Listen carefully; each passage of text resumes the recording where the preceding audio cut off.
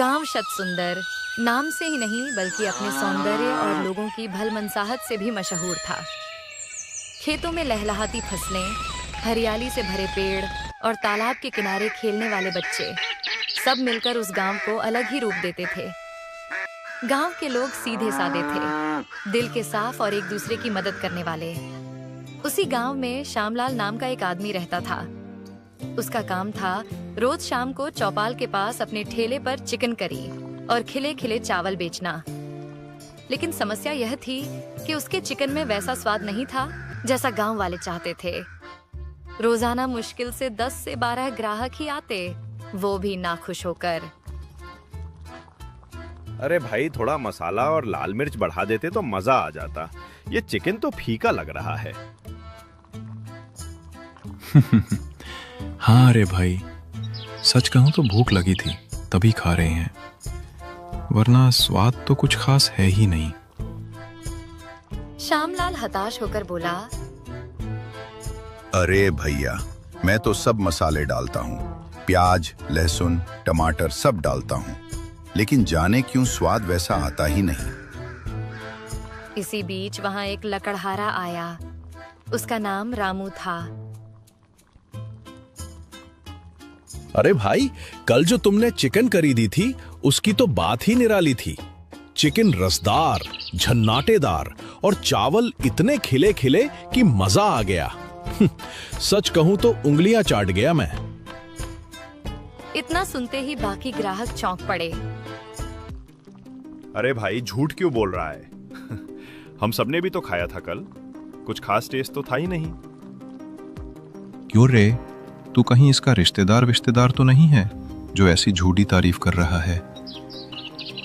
रामू ने गंभीर स्वर में जवाब दिया, नहीं भाई, मैं सच कह रहा हूं। मेरे लिए तो कल का चिकन बहुत स्वादिष्ट था।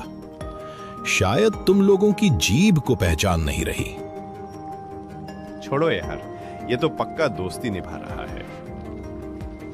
अच्छा भाई, 1 प्लेट चिकन करी और चावल मेरे लिए भी पैक कर दो। ये मेरा मिट्टी का मटका है, इसमें डाल दो। जंगल जाते हुए आराम से खा लूंगा। श्यामलाल ने सिर हिलाया और प्लेट तैयार की, करी मटके में डाली और चावल पत्ते में बांधकर दे दिया। रामू अपने बोझे के साथ जंगल की ओर निकल पड़ा। जंगल पहुंचकर उसने लकड़ियां काटी। थकान से उसका शरीर चूर हो गया। उसने मटका खोला और चिकन करी देख मुस्कुरा उठा। अरे यार, ये तो ठंडी हो गई। चलो, जैसे कल गरम किया था वैसे ही आज भी कर लेता हूँ। उसने पास की लकड़ी उठाई, आग जलाई और मटके को उसके ऊपर रख दिया। थोड़ी ही देर में भाप उठने लगी। खुशबू जंगल में फैल गई। गरम गरम चिकन और चावल मिलाकर उसने पहला कौर मुंह में डाला और आंखें बंद कर बोला, वाह, क्या लोग हैं गांव के, स्वाद की पहचान ही नहीं है। ये चिकन करी तो लाजवाब है। चावल तो ऐसे हैं जैसे मोतियों की लड़ियां। वह तृप्त होकर खाने लगा, मानो उसके लिए वही सबसे बड़ा भोज था। उधर श्यामलाल अपना ठेला समेटकर घर पहुंचा। बचे हुए चिकन की हांडी लेकर अंदर गया। उसकी पत्नी मधु रसोई में इंतजार कर रही थी। क्या जी, आज भी चिकन करी बच गई? श्यामलाल ने गहरी सांस ली और बोला, हाँ मधु, थोड़ी बच गई है। कितनी भी मेहनत कर लूं, लोगों को स्वाद ही नहीं आता। लगता है मेरे हाथों में वो जादू ही नहीं। छोड़ो जी, लोग क्या कहते हैं वो उनकी बात है। चलो, अब हम दोनों मिलकर खा लेते हैं। दोनों बैठे और बचे हुए चिकन और चावल खाकर रात को सो गए। लेकिन उस रात भी श्यामलाल यही सोचता रह गया, क्यों मेरे चिकन में वो स्वाद नहीं जो लोगों को बांध ले।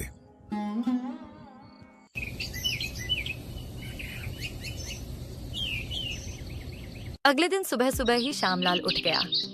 मन में एक हल्की आशा और बहुत सारा संदेह। क्यों उसका चिकन कुछ लोगों को पसंद नहीं आता?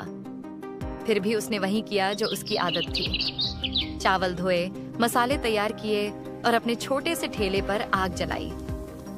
जैसे ही चिकन कड़क कर पकने लगा, पर उसकी नाक में कोई खास सुगंध नहीं ठहर रही थी। स्वाद में कुछ कमी थी, पर श्यामलाल ने ठाना कि आज कोई विलक्षण ग्राहक आएगा और उसकी हिम्मत लौटेगी। थोड़ी देर में एक भूखा आदमी आया, चेहरा पीला, कपड़े उटपटांग, मगर आंखों में विनम्रता। उसने धीरे से पूछा, भैया, 2 दिन से कुछ खाए बिना घूम रहा हूँ, कुछ मिलेगा क्या खाने को? श्यामलाल का मन सहम गया।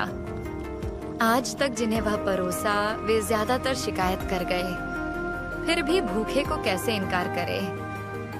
उसने बिना कुछ सोचे कहा, हाँ ठीक है बाबा, ले 1 प्लेट चिकन करी और चावल, खाकर बताना कैसा लगा। भूखे की आंखों में चमक आ गई। चुपचाप पहला कौर लिया, चावल और करी को मिलाया और धीरे धीरे खाया। धन्यवाद बेटा, तुमने मुझे खाना दिया। श्यामलाल को लगा यही तो असली तारीफ है, मगर मन में एक दंश भी था। उसका विश्वास डगमगा गया कि शायद उसका स्वाद ही किसी का चखने लायक नहीं। ठेले पर दिन बीतता गया। वही लकड़हारा आया, रामू। अरे भैया, आज तुम भी जा रहे हो? चलते समय थोड़ी और दे दो, बीवी के लिए भी ले जाना है। श्यामलाल ने एक प्लेट प्लास्टिक के ढक्कन में पैक की और दे दी, पर मन में सवाल उभर रहे थे। रामू रोज तारीफ क्यों करता है, जबकि गांव वाले नाखुश रहते हैं। घर पहुंचते ही उसने ढक्कन खोला और पत्नी से कहा, देखो, गांव का सबसे टेस्टी चिकन, एकदम झन्नाटेदार।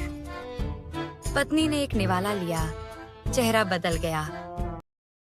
तुम मजाक कर रहे हो क्या? ये तो कुछ खास नहीं, मैं इससे तो घर पर ही बेहतर बना लेती हूँ। रामू को भी विश्वास नहीं हुआ। उसने खुद भी छक कर देखा, पर उसकी भी जीभ कुछ अलग महसूस नहीं कर रही थी। दोनों चुपचाप प्लेट वहीं रखकर बेड पर लेट गए, मन में उलझन। रात भर रामू की नींद उड़ी रही।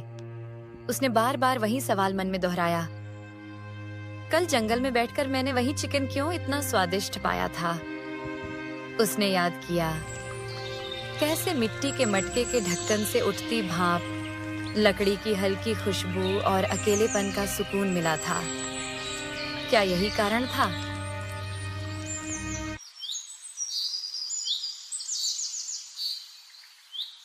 सुबह सुबह रामू लकड़ियां बांधने निकल पड़ा, मगर उसके दिमाग में कल रात की वही उलझन घूम रही थी। जंगल में गरम किया हुआ चिकन ही क्यों लाजवाब लगा? वही करी घर आकर क्यों फीकी हो गई? चलते चलते उसे ख्याल आया, शायद वजह चिकन नहीं, वो मिट्टी का बर्तन और लकड़ी की आंच ही है। वही तो खुशबू और स्वाद भर देती है। सोचते सोचते वह श्यामलाल के ठेले तक पहुंच गया। ठेले पर उस वक्त कोई ग्राहक नहीं था। श्यामलाल आलस से कड़ाही हिलाता बैठा था।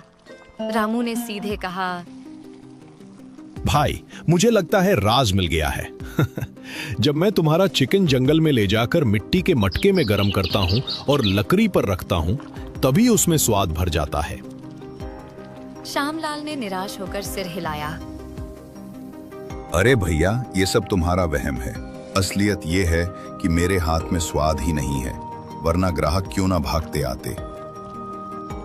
रामू ने मुस्कुराकर उसकी आंखों में देखा। नहीं भाई, मैं सच कह रहा हूं। कल शाम को भी जब मैं सीधा तुम्हारे ठेले से करी ले गया और वैसे ही खाया, तब उसमें कुछ मजा नहीं आया। पर जंगल में मिट्टी की हांडी में गरम किया तो जीभ पर जादू उतर आया। श्यामलाल ठिठक गया। क्या सचमुच ऐसा हो सकता है? हाँ, बिल्कुल।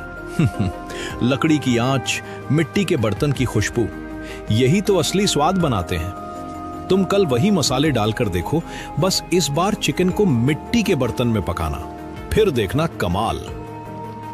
श्यामलाल सोच में पड़ गया। आंखें चमक उठी, जैसे अंधेरे में अचानक दीपक जल गया हो। ठीक है भाई, अगर तेरा कहना सही निकला तो शायद मेरी किस्मत ही बदल जाए। किस्मत नहीं भाई, तेरी मेहनत और मिट्टी की खुशबू बदलेगी सब कुछ। अगली सुबह श्यामलाल ने जैसे ही आंख खोली, उसके मन में नई उमंग थी। आज वह पहला दिन था जब वह रामू के बताए तरीके को आजमाने जा रहा था। उसने ताजे मसाले पीसे, प्याज लहसुन भूनकर उसमें चिकन डाला और पूरा मिश्रण मिट्टी की बड़ी हांडी में भर दिया। फिर सावधानी से हांडी को ठेले पर रखा और चौपाल की ओर निकल पड़ा। चौराहे पर पहुंचकर उसने धीमी आंच पर चिकन पकाना शुरू किया। थोड़ी ही देर में मिट्टी की हांडी से भाप उठने लगी और चारों तरफ लाजवाब खुशबू फैल गई। हवा में एक अलग सी खुशबू घुल गई थी। श्यामलाल खुद भी चौंक गया।